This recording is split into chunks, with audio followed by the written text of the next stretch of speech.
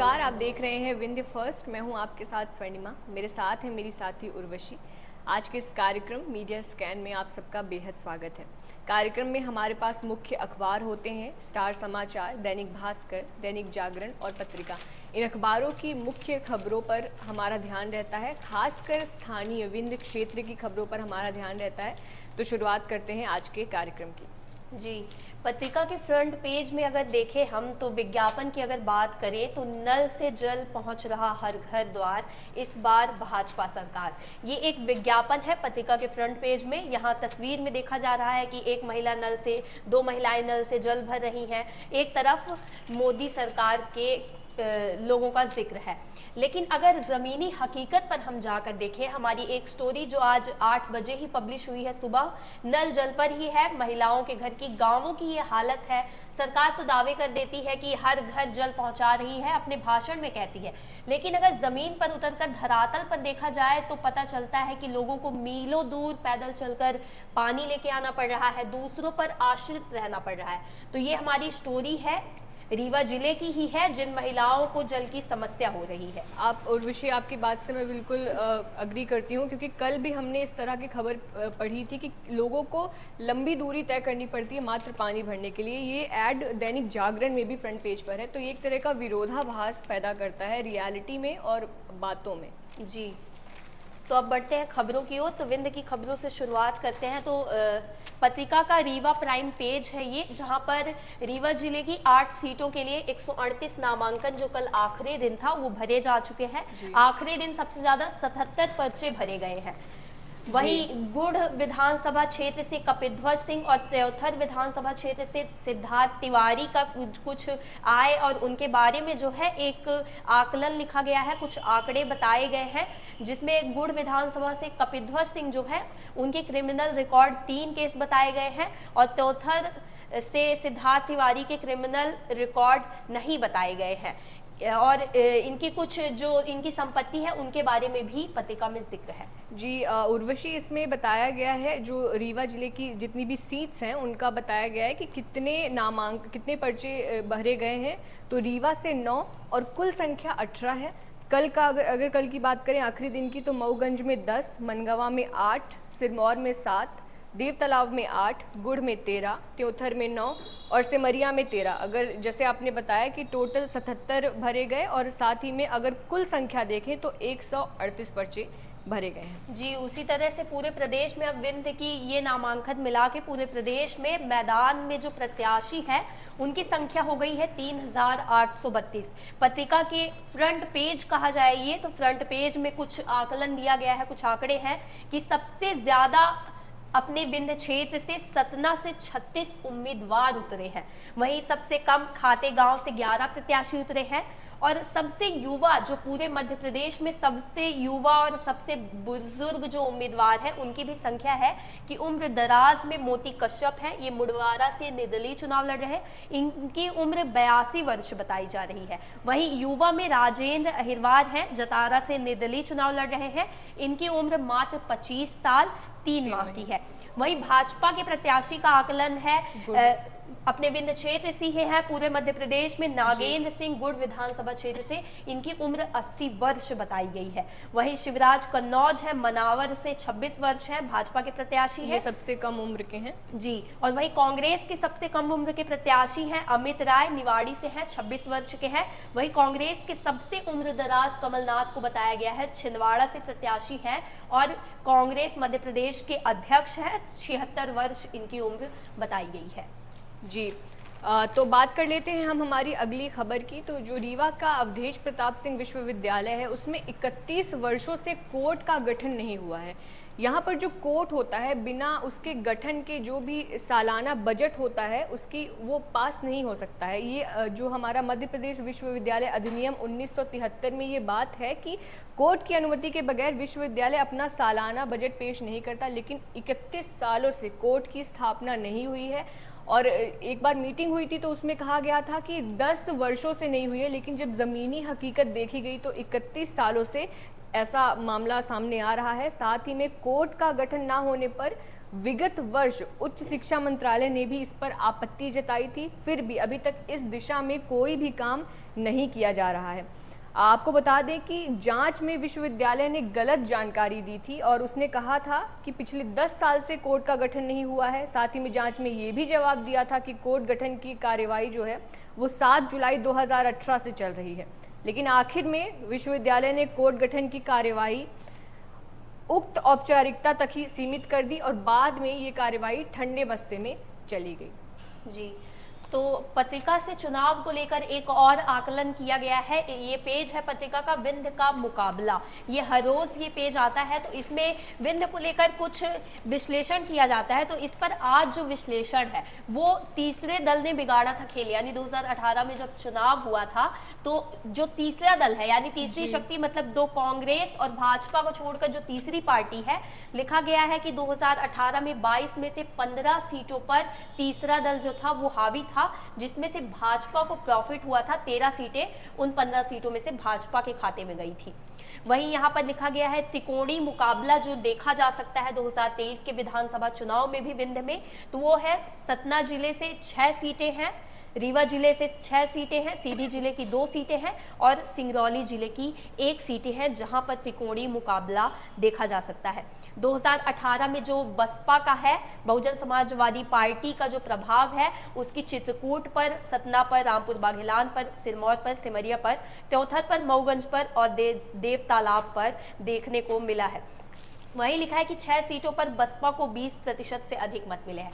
देखा जाए तो जिस तरह से 2018 में 24 सीटें विंध्य में भाजपा को मिली थी और 6 सीटें कांग्रेस को मिली थी, यहाँ पर अपनी सीटें बरकरार रखने में तो तीसरा दल नहीं था, लेकिन देखा जाए तो जिस तरह से चुनौतीपूर्ण उनका प्रदर्शन रहा है, तो 20% सीटें उन्होंने यहाँ पर 20% जो बहुमत है जनता का वो उन्होंने अर्जित किया है। इसी तरह से एक और आकलन है स्वर्णिमा यहाँ पर कि इकलौती विधानसभा क्षेत्र है विंध्य में जहां 70 साल से सिंह इज किंग, यानी 70 सालों से एक ही परिवार का सिलसिला जो है वो चलता जा रहा है, जनता चला रही है परिवारवाद।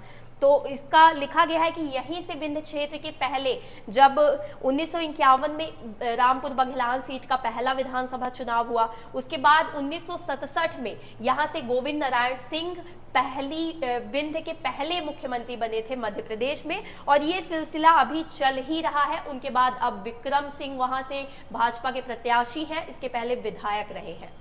जी, अब हम बात कर लेते हैं अगली खबर का। तो बीपीएल कार्ड ये उन लोगों के लिए होता है, उन लोगों को मूलभूत सुविधाएं प्रदान करने के लिए होता है जो सच में जिनको इसकी ज़रूरत है। लेकिन यहाँ पर एक बड़ा घोटाला और गड़बड़ी सामने आ रही है, जो सिमरिया के 15 जो इसके सारे 15 वार्ड हैं वहाँ पर देखा जा रहा है कि यहाँ के जो हरिजन, आदिवासी और पिछड़ा वर्ग के लोग हैं उनका इस सूची में नाम नहीं है। वहीं पर जो लोग जिनके पास इमारतें हैं, जिनके पास रहने खाने के लिए बड़ी बड़ी सुविधाएं हैं, मूलभूत सुविधाएं ही नहीं, उससे ज़्यादा आगे इनके पास अच्छी अच्छी सुविधाएं हैं, उनका इस लिस्ट में नाम जुड़ा हुआ है। लोगों का कहना है कि ये कैसे हो रहा है, इसकी तो जांच करने के बाद ही पता चलेगा। लेकिन सबसे बड़ा सवालिया निशान खड़ा होता है कि इस तरह की गड़बड़ी, इतनी बड़ी गड़बड़ी कैसे हो सकती है। आपको बता दें कि प्रदेश सरकार द्वारा ये सूची जारी की जाती है आर्थिक स्थिति जिनकी कमज़ोर रहती है उनके लिए। विडंबना ये है कि शासन की योजना का लाभ संबंधित को मिल नहीं पा रहा है।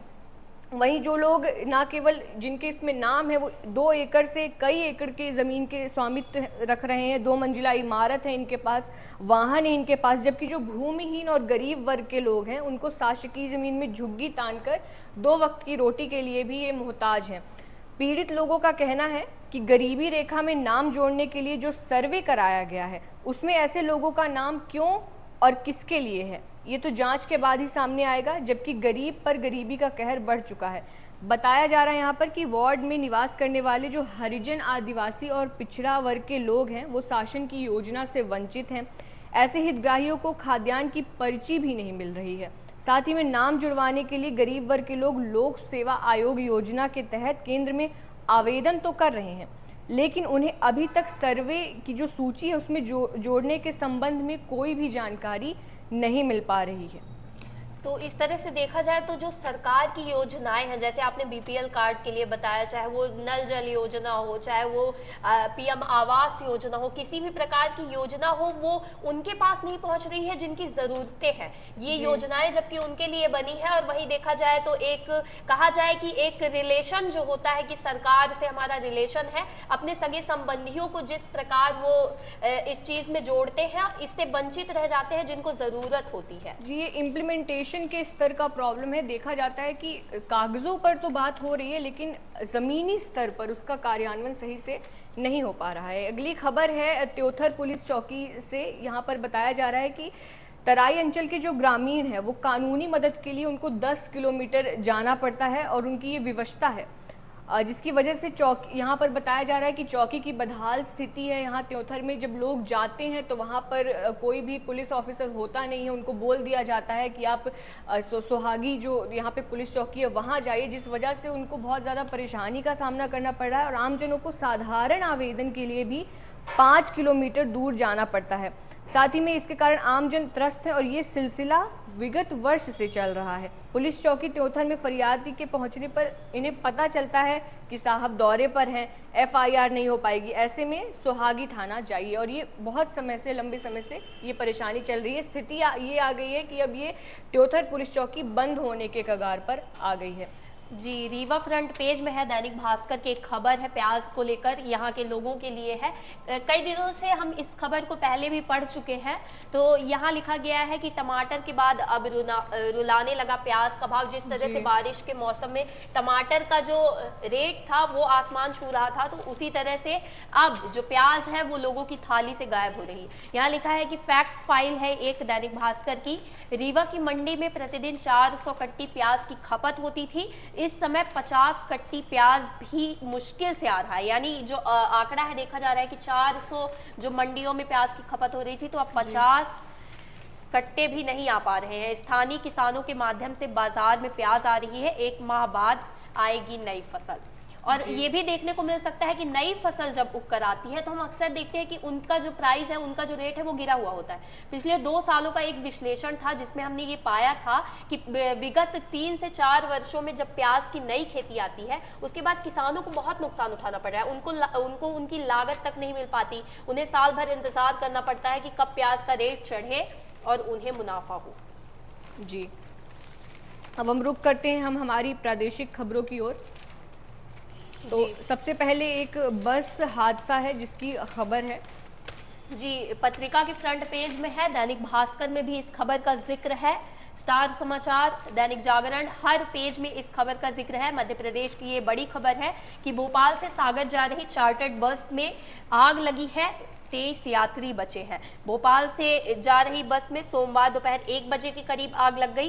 ड्राइवर समेत 23 यात्री बच गए हैं। समय रहते ड्राइवर सुरेश सूर्यवंशी व कंडक्टर अनु श्रीवास्तव ने यात्रियों को बस से उतार दिया। पुलिस और फायर ब्रिगेड जो है उसके बाद मौके पर पहुंची, लेकिन तब तक बस खाक हो गई है। तस्वीर आप देख सकते हैं कि किस तरह से बस जो है वो धुआं हो गई है। जी, इसको अन्य अखबारों ने भी कवर किया हुआ है। जी, तो अब हम अगली खबर की बात करते हैं। तो जिस तरह से दैनिक भास्कर में चुनाव को लेकर एक आकलन किया जाता है, चुनाव चक्र 2023 पेज है ये, तो इसमें जो राजनीति का रुदन है, तो हेडलाइन है इसकी, राजनीति का रुदन, जब वादे पूरे नहीं होते तब जनता भी 5 साल ऐसे ही रोती है। ये एक तंज कसा गया है नेताओं के ऊपर। जिस तरह से 5 साल अगर जनता किसी को चुनती है और वो विधायक जनता की नहीं सुनते हैं, तो ये कहा जा रहा है कि 5 साल तक उसी तरह अपने काम के लिए, अपनी समस्याओं के लिए जनता भी परेशान होती है। जिस तरह से अब नेताओं का टिकट कटा है उसके बाद वो रोते हुए नजर आए हैं। यहाँ लिखा है कि 4 तस्वीरें हैं, चारों तस्वीरें में एक छोटी छोटी हेडलाइन है कि आंसू आ गए, कहा षड्यंत्र हुआ है। कुलदीप के अजब आंसू, रुमाल के साथ ये भावुक क्षण, कार्यकर्ता के बीच निकले आंसू। ये सीटें जो हैं आपको बता दें, महगांव के पूर्व विधायक चौधरी मुकेश सिंह है, टिकट इनकी कटी है, कुलदीप सिकरवार की है।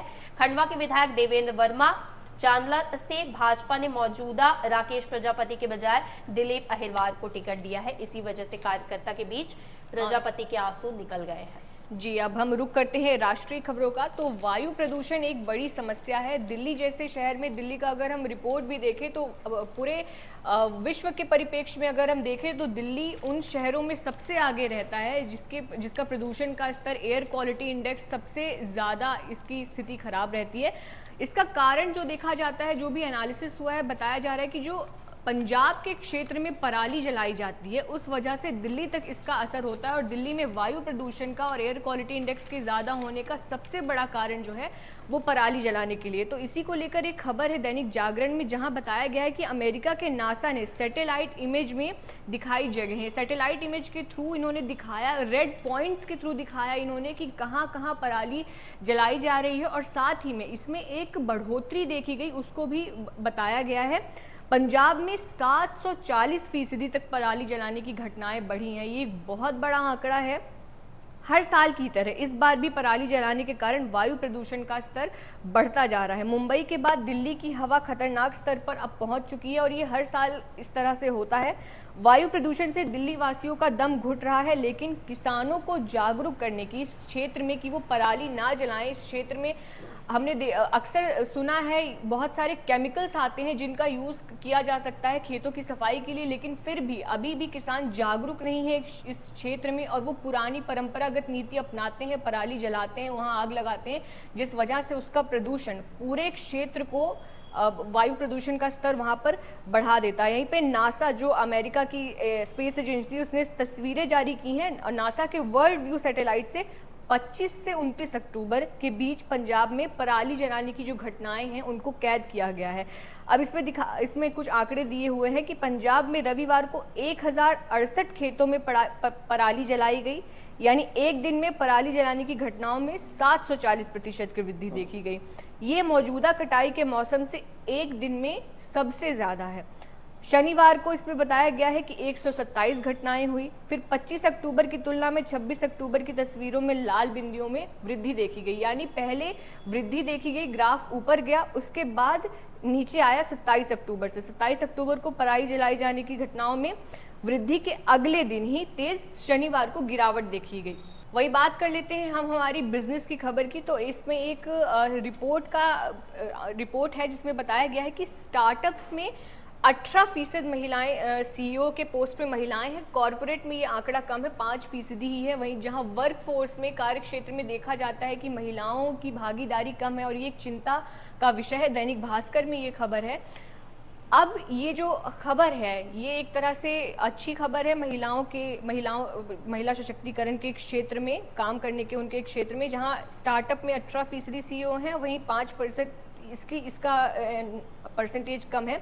एंट्री लेवल पर दोनों को समान मौके मिल रहे हैं। Women in India startup ecosystem की ये रिपोर्ट है। इसके अनुसार कॉरपोरेट सेक्टर में करियर शुरू करने वाली जो महिलाएं हैं उनकी हिस्सेदारी 37% है, और स्टार्टअप में ये हिस्सेदारी 38% है। 2022 में स्टार्टअप में कार्यरत जो महिलाएं थी वो 8.60 लाख स्टाफ में 35% महिलाएं थी, जबकि कॉरपोरेट सेक्टर में इनकी हिस्सेदारी महज 19% थी।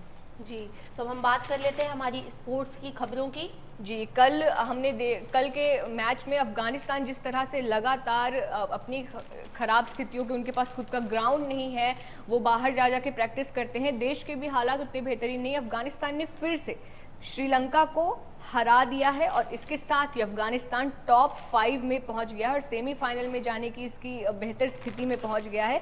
जो तेज गेंदबाज फजलह फारूकी की अगुवाई में गेंदबाजों के कमाल के बाद बल्लेबाजों का भी बेहतरीन प्रदर्शन रहा अफगानिस्तान में, और वनडे वर्ल्ड कप में सोमवार को श्रीलंका को 7 विकेट से हराकर इन्होंने सेमीफाइनल में जगह बनाने की अपनी जो उम्मीद है वो जगा दी है। जी, तो अब हम चलते हैं अपने कार्यक्रम के अंतिम छोर में। तो पत्रिका में एक टून है, यानी इलेक्शन कार्टून है ये, जहां पर महिला है वो अपने बच्चे के साथ खड़ी हैं और वो कह रही हैं नेताजी को कि शाम को घर जल्दी आ जाना, दल बदला है घर नहीं बदला है। उसी तरह से हम कार्टून की बात करें तो पत्रिका के सेकेंड फ्रंट पेज में खबर है झरोखा, कार्टून है झरोखा। यहाँ ऊपर लिखा गया है कि नेतृत्वहीन होता लोकतंत्र गुलाब कोठारी के बारे में है, जिसकी यहाँ नेताजी खड़े हैं अपनी लाठी लेकर, और वो यहाँ जो बच्चे और एक माँ है वो सोच रही है कि जिसकी लाठी उसी की भैंस। जी, ये था आज का हमारा कार्यक्रम। अगर आपको हमारा कार्यक्रम पसंद आ रहा है तो हमारे वीडियोस को लाइक करें, चैनल को हमारे सब्सक्राइब करें, हमारे वीडियोस को शेयर करें। आपकी किसी भी तरह के कोई भी फीडबैक है, आपके जन मुद्दे हैं, आप कमेंट सेक्शन में जाके उसे कमेंट करें। किसी भी तरह की आप सुधार चाहते हैं या आप सोचते हैं तो उसे ज़रूर हमें बताएं। साथ ही में आप अपनी जन मुद्दों को हमारे जीमेल पर भी शेयर कर सकते हैं। और बने रहिए हमारे साथ। बहुत बहुत धन्यवाद।